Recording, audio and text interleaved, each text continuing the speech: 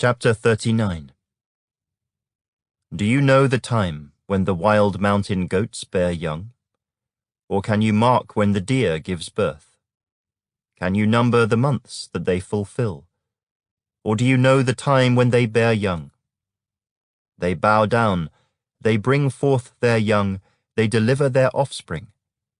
Their young ones are healthy, they grow strong with grain, they depart and do not return to them.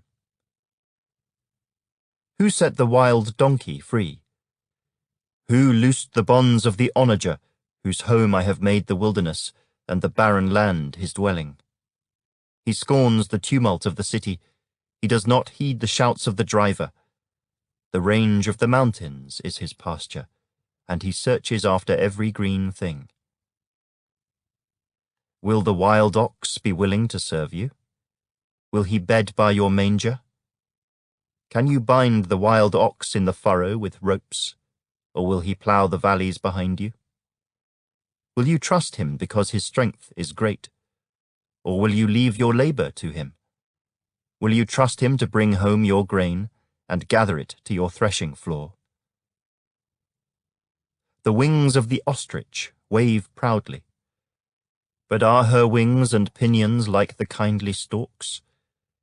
For she leaves her eggs on the ground and warms them in the dust. She forgets that a foot may crush them, or that a wild beast may break them. She treats her young harshly, as though they were not hers. Her labor is in vain without concern, because God deprived her of wisdom, and did not endow her with understanding.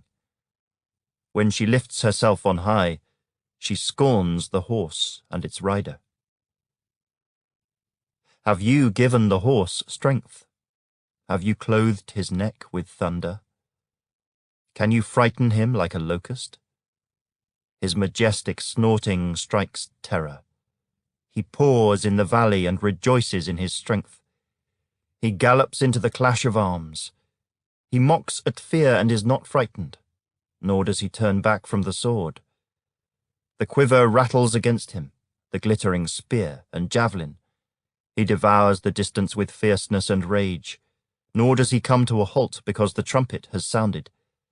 At the blast of the trumpet he says, "Aha!"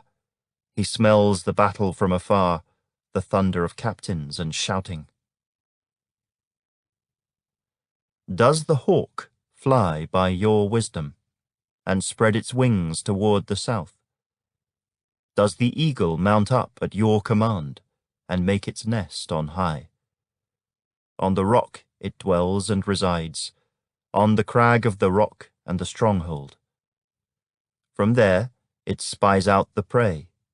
Its eyes observe from afar.